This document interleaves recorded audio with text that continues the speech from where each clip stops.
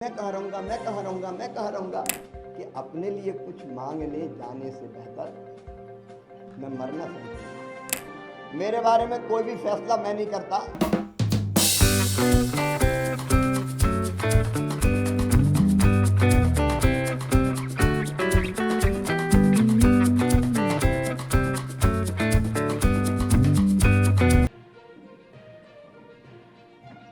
Bharatiya Janata party की सरकार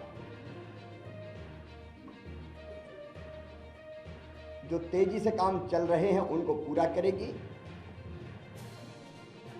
लोक कल्याणकारी योजनाओं को लागू करेगी और प्रगति और विकास की दृष्टि से मध्य प्रदेश नई ऊंचाइयां छुएगा। मैं सदैव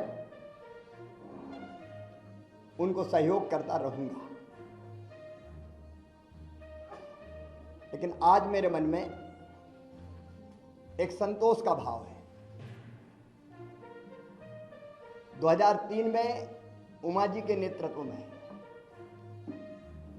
भारी बहुमत से भारतीय जनता पार्टी की सरकार बनी थी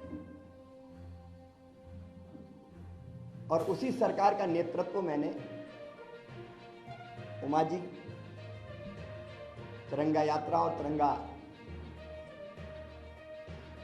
वाला जो हमारा उनका प्रकरण था, उसके बाद उन्होंने पद छोड़ा था और फिर श्रीमान गौर साहब के नेतृत्व में सरकार चली, फिर मैंने सरकार संभाली।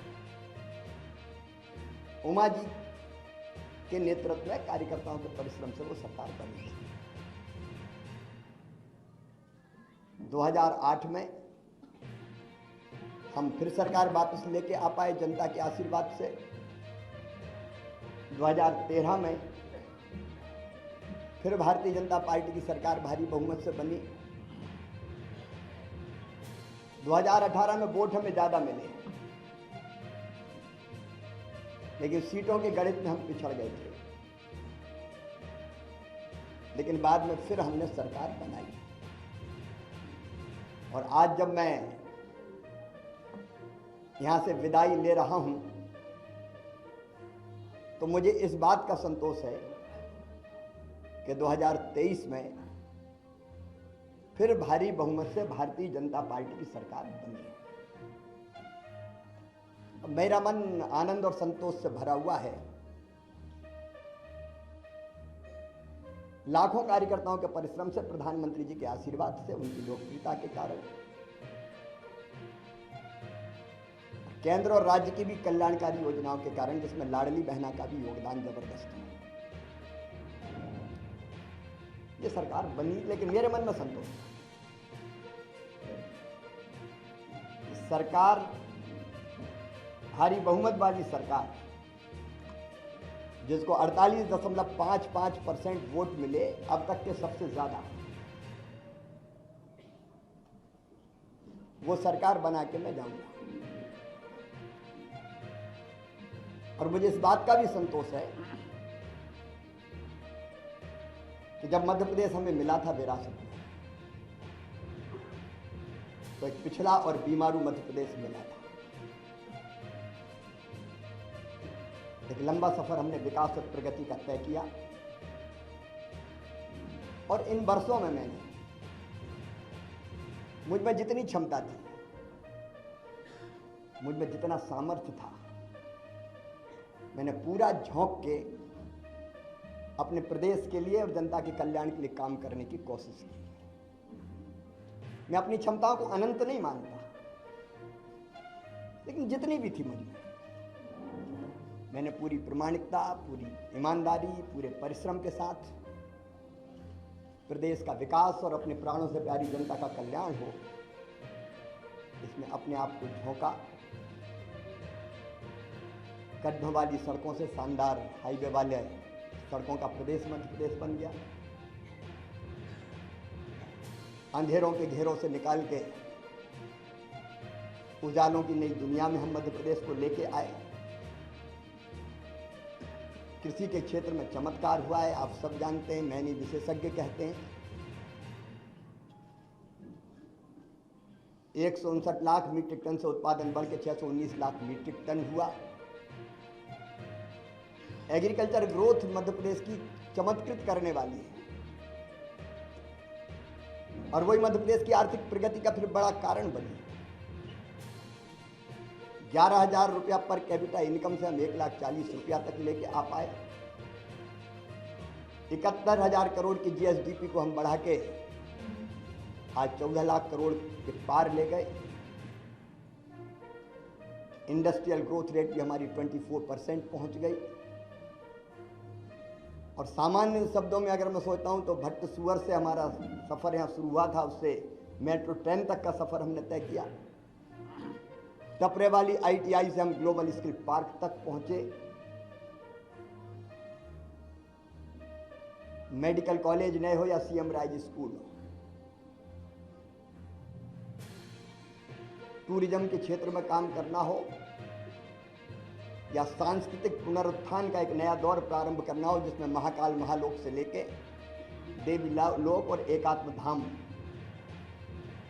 जैसे केंद्र स्थापित हुए, ये सारे काम मेरे मन को संतोष देते हैं और लगता है कि हम कुछ सार्थक कर पाए। लेकिन इसके साथ दो चीजों का उल्लेख मैं और करूंगा। एक, महिला सशक्तिकरण मेरे लिए वोट प्राप्ति का जरिया नहीं, मेरी अंतरात्मा से निकला, क्योंकि बचपन से मैंने बेटियों की अपने गांव में ही और बहनों की दुर्दशा देखी थी। बेटियां कोख में मारी जाती थी, उस पीड़ा ने जन्म दिया लाडली लक्ष्मी जैसी योजना। उसके पहले भी कुछ पत्रकार मित्र जानते हैं, जब मैं कुछ नहीं था तब भी मैं बेटियों की शादी करता था। मैंने सोचा नहीं था कि मैं कभी मुख्यमंत्री बनूंगा। ये तो भारतीय जनता पार्टी ही ऐसा दल है जो साधारण कार्यकर्ता को उठा के ले जाती है, मेरी कल्पना नहीं थी।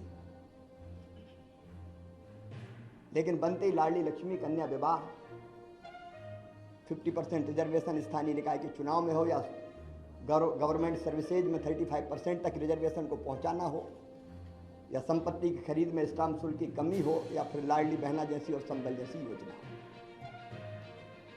वो योजना बना के अपनी बहनों की जिंदगी में और बेटियों की जिंदगी में हम खुशी के पल ला पाए। और लाडली लक्ष्मी जैसी योजना से सेक्स रेशियो में परिवर्तन आया, वो केवल कागजी नहीं है। और जब 2017 में मैंने आहार अनुदान योजना शुरू की थी बेगा भारिया शहरिया बहनों की, और जब पोषण का स्तर सुधरा तो वो लाडली बहना की आधार अगर बनी तो वो योजना बनी, और उसके कारण भी बहनों की जिंदगी में जो परिवर्तन आया वो अद्भुत है। और दूसरा, आप देखेंगे खेती के क्षेत्र में केवल सिंचाई ने चमत्कार तो किया ही, लेकिन 0% ब्याज पे कर्जा देने से लेकर बोनस जैसी अवधारणा लाभकारी मूल्य देने के लिए हमने शुरू की। और किसानों के लिए भी हम काफी काम कर रहे हैं। गरीबों के लिए मैं एक एक योजना का नाम नहीं लूंगा, लेकिन अनेकों कल्याणकारी योजना। और पिछला जो कार्यकाल अभी जो गुजरा है, ये तो कोविड के दौरान, 2 साल तो कोविड रहा, 1.25 साल ही हम ढंग से काम कर पाए। और कोविड में भी मैं एक चीज मुझे रोमांचित करती है, जब मजदूर पैदल आ रहे थे अपने सर पे गठरियां रख के, तो मेरी अंतरात्मा ने कहा कि मध्य प्रदेश की धरती पर कोई मजदूर पैदल नहीं चलना चाहिए। वो कठिन समय था, बसें लगाना, लोग नियुक्त करना, कर्मचारी अधिकारी, लेकिन हमने मध्य प्रदेश की धरती पर फिर मजदूरों को पैदल नहीं चलने दिया। सीएम राइज स्कूल में मानता हूं अस्पताल में जन्म लिया इस योजना ने, जब मैं भर्ती था कोविड में खुद। कई तरह के काम ऐसे हैं जो हम कर पाए। और आज एक संतोष के साथ एक अच्छी सरकार और अच्छा नेतृत्व पार्टी ने तय किया है, उनको सौंप के हम आगे का सफर प्रारंभ करेंगे।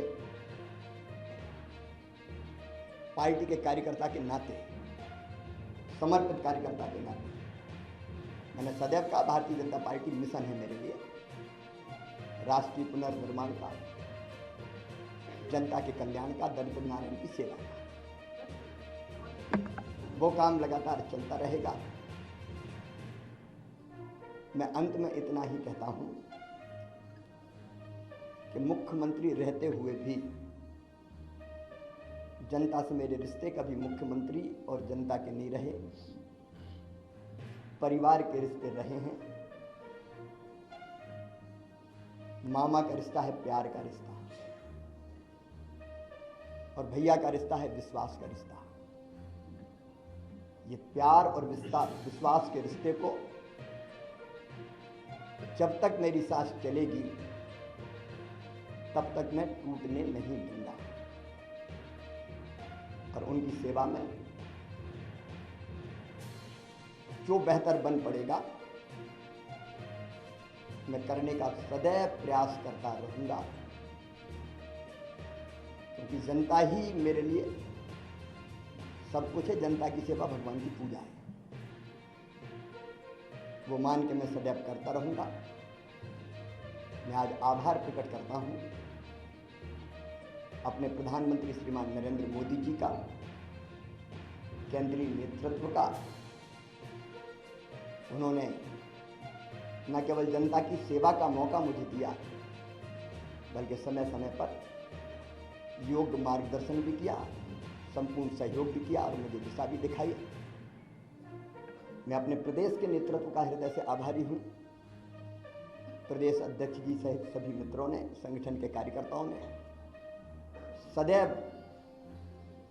मुझे सहयोग किया। कदम से कदम और कंधे से कंधा लेकर हम मिलाकर हम साथ चले। मैं आभारी हूं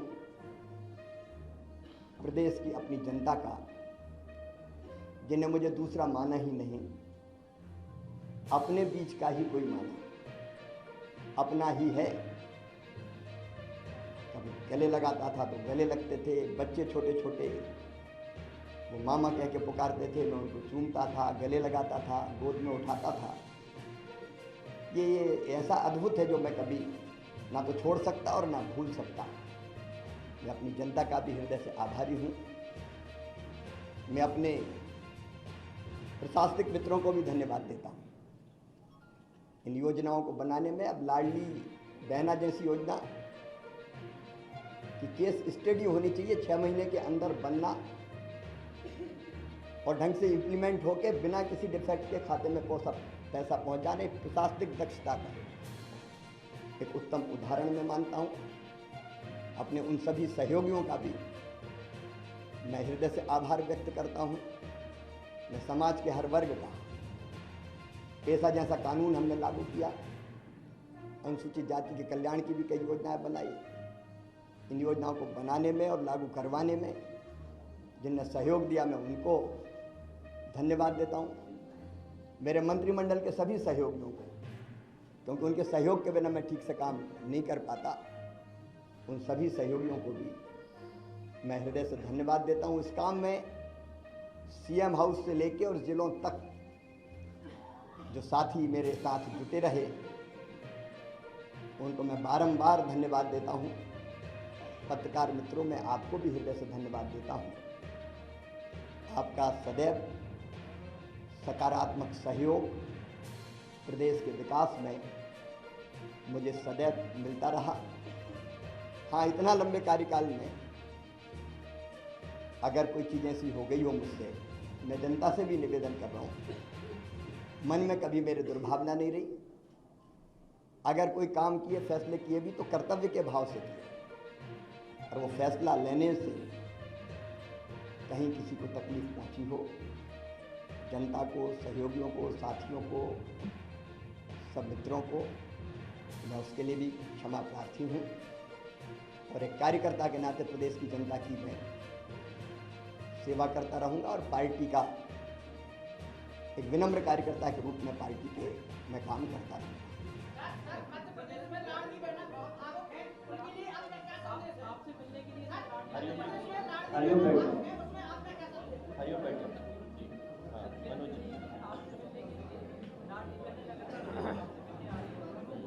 तो बहन भाई तो मिलते रहेंगे, इसमें कौन, भाई और बहन का रिश्ता सदैव रहेगा, उसमें कोई। और इस काम को हमारी पार्टी की सरकार आगे बढ़ाएगी।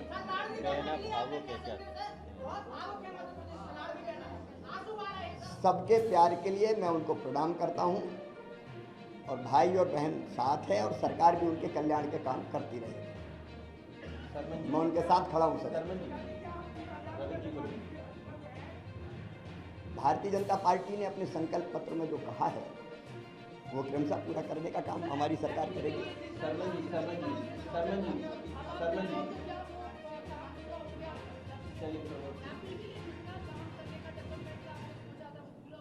देखिए, काम कभी समाप्त नहीं होता। विकास का एक चरण पूरा होता है तो फिर दूसरा प्रारंभ होता है। विकास की यात्रा अनंत है। अब तक हमने जो सफर तय किया है वो संतोष देने वाला है। आगे मोहन जी के नेतृत्व में ये सफर और ऊंचाइयों पर जाएगा।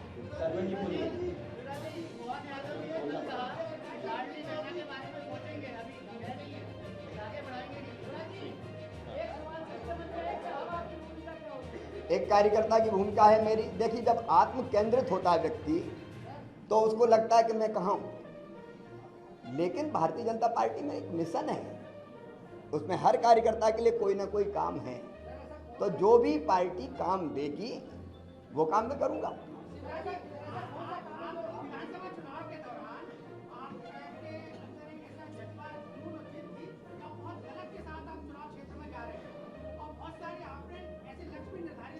छोटा प्रश्न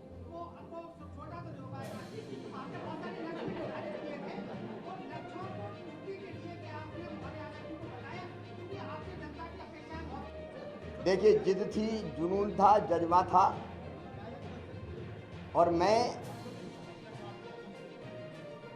चुनाव के दौरान कभी 2 घंटे से ज़्यादा नहीं सोया, क्योंकि भारतीय जनता पार्टी की सरकार वापस लाने की ड्यूटी सबकी थी, लेकिन मेरी सबसे ज़्यादा थी मुख्यमंत्री के नाते। तो मुझे लगता था कोई कसर ना रह जाए। 2018 की कसक मन में रह गई थी, तो मुझे लगता था कि कोई भी कसर ना रह जाए, इसलिए मैंने प्राण से काम किया। शुभम एक मिनट विजय पूछो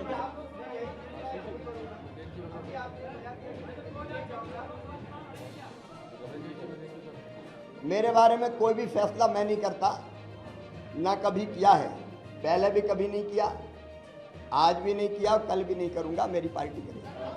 रविंद्र जैन जी हो गया। मृगेश जी पूछे। चलिए ब्रजेश जी।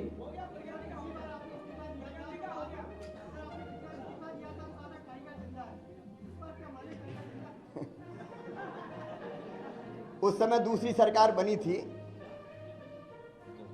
कार्यकर्ताओं में हिम्मत और हौसले की जरूरत थी।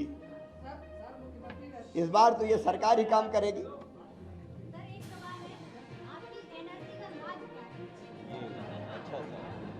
जनता के प्रति मेरा कमिटमेंट, समर्पण और प्रतिबद्धता कि हर एक पल जनता की सेवा में लग जाए, वो मुझे थकने भी नहीं देती और रुकने भी नहीं देती।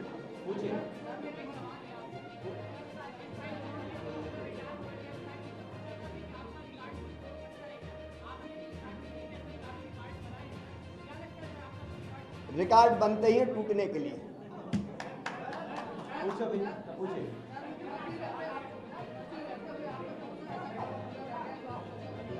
एकात्म धाम का जो काम है, अभी मैंने देखिए मुख्यमंत्री जी से एक मांग की,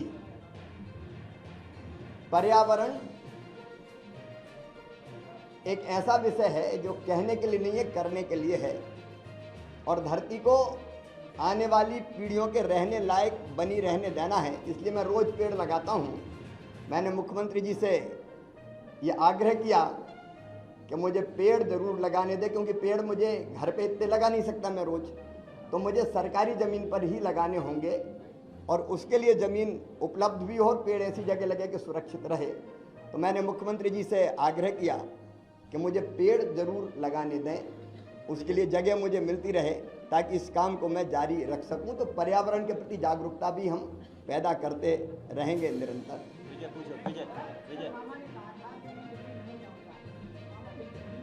मैंने उस दिन, जब आपको ध्यान होगा, जो संदर्भ था वो ये था कि बाकी दिल्ली में है, आप दिल्ली जाएंगे।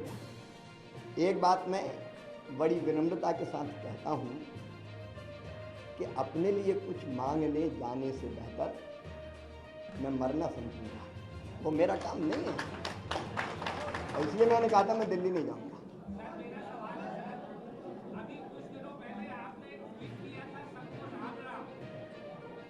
वो तो जब से हो सवाल है तब से राम राम तो कर ही रहे हैं। हेमंत जी, हेमंत जी।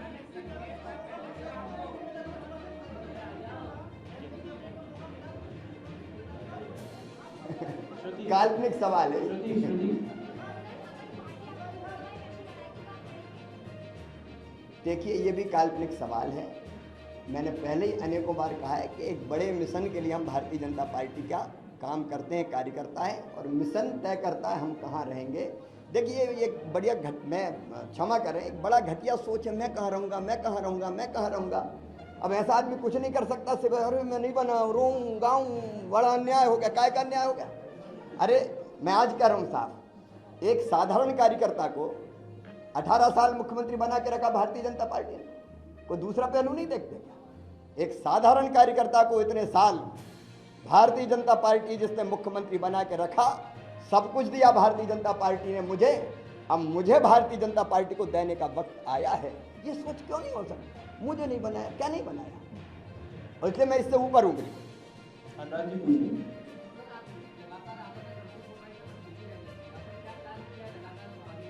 व्यस्त तो रहूंगे, अभी भी व्यस्त हूँ, आगे भी रहूंगा, अभी लोगों से मिल जो रहा हूँ, फिर पार्टी जो काम देगी वो करूंगा, फिर कई सामाजिक सरोकार है, पर्यावरण है, महिला सशक्तिकरण के काम में भी अवेयरनेस पैदा करना है। अब देखिए, मैंने कहा लाडली बहना से लखपति बहना, सरकार तो अपना रोल प्ले करेगी ही, लेकिन लखपति बहना के लिए अवेयरनेस पैदा करना, संगठित करना, सेल्फ हेल्प ग्रुप बने, काम धंधा करें, आगे बढ़ें, कई चीज़ें की जा सकती है, अनेकों काम करने की। तो मध्य प्रदेश में बैठे ही हूँ, और मध्य प्रदेश देश में ही है, मध्य प्रदेश कहाँ छूटेगा। बहुत बहुत धन्यवाद।